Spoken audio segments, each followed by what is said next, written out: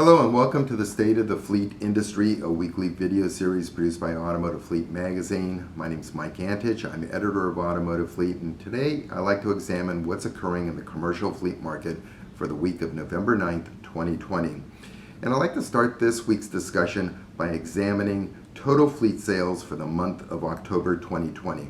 So now when you look at total fleet sales, it's comprised of three different components: commercial fleet sales, rental acquisitions by daily rental companies, and then also acquisitions by governmental political subdivisions. So when you start breaking that down into those three segments, let's first look at commercial fleet sales for October 2020.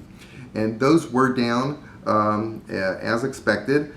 They were down year over year, representing a 12% decrease when compared to same time last year. But things do get positive when you start breaking down commercial fleet sales into their individual vehicle segments.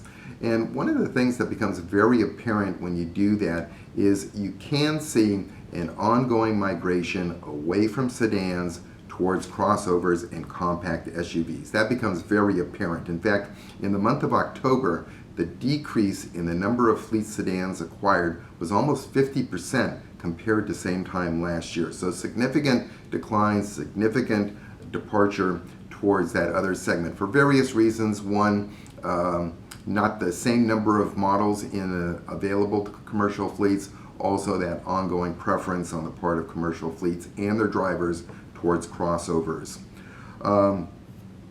But when you look at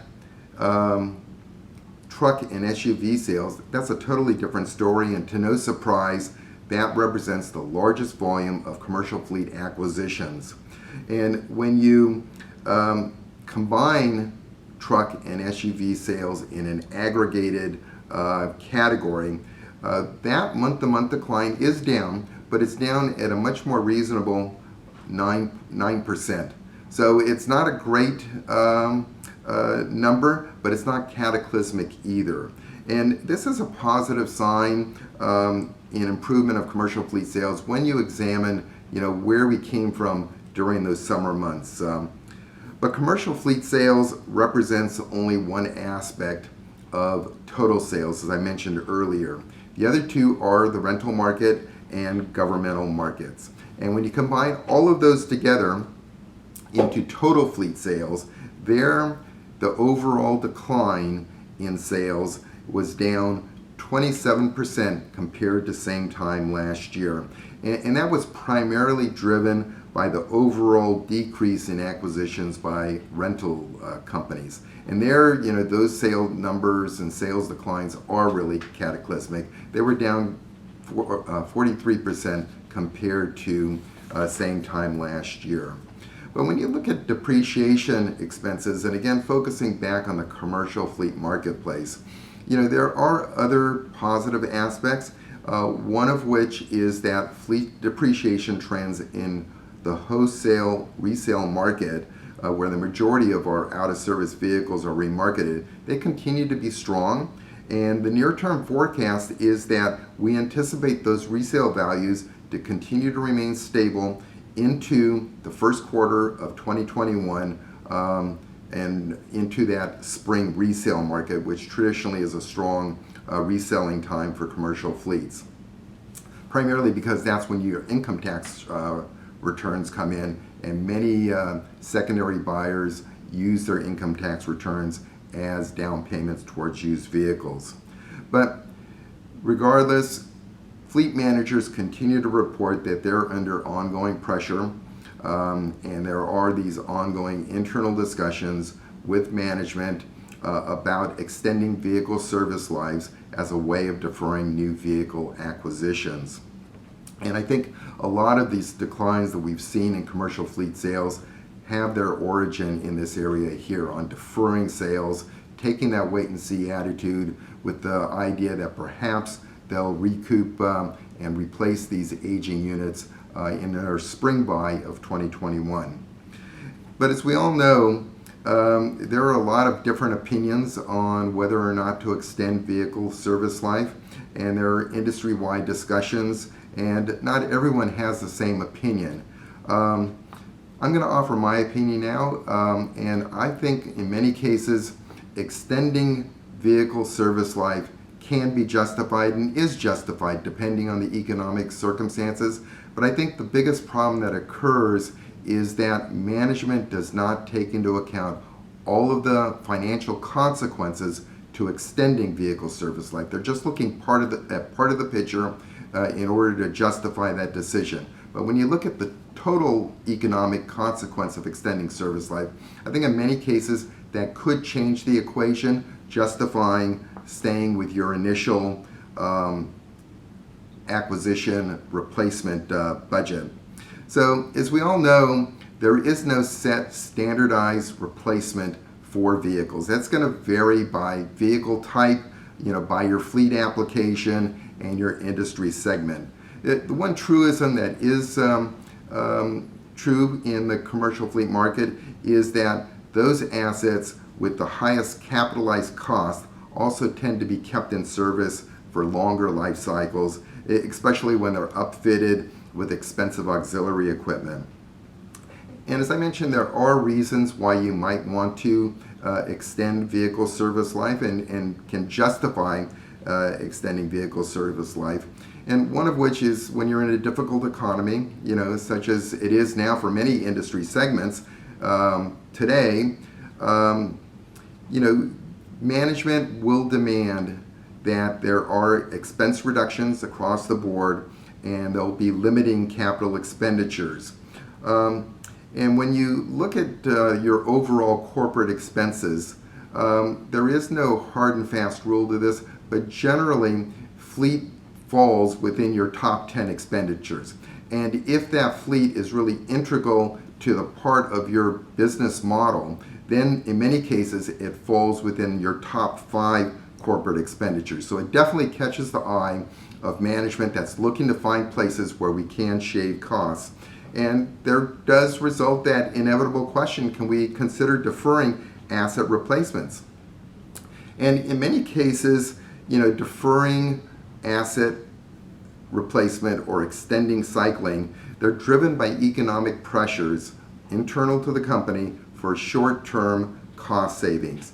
For example, and this is very much the case with company-owned fleets. In a case where you have a longer replacement cycle, that tends to be a solution sought out a lot by companies that self-fund their fleets, because when you're deferring vehicle replacement, it's an easy way for them to stretch their dollars when there's a constrained capital budget. So in those cases, it could be justified. Another circumstance is when you're in an industry segment or a business segment that's struggling and a classic example in today's market would be the oil and gas industry. Sometimes, you have to extend vehicle replacement cycles and use those saved monies to divert them to other expenditures or other areas where they can be needed. But, and as I mentioned, there are times when you have no choice, but you have to extend acquisitions. However, my argument is that sometimes these decisions are made without knowing the full consequences of extending vehicle replacement parameters. And sometimes those decisions or those financial equations don't include all of the subsequent costs that come from extending your replacement cycling. And you need to understand that all fleet-related expenses, whether it's fixed or operating, they're all influenced by when a vehicle is replaced. So, replacing a vehicle at a later date does have impacts in other areas, in particular your operating expenses.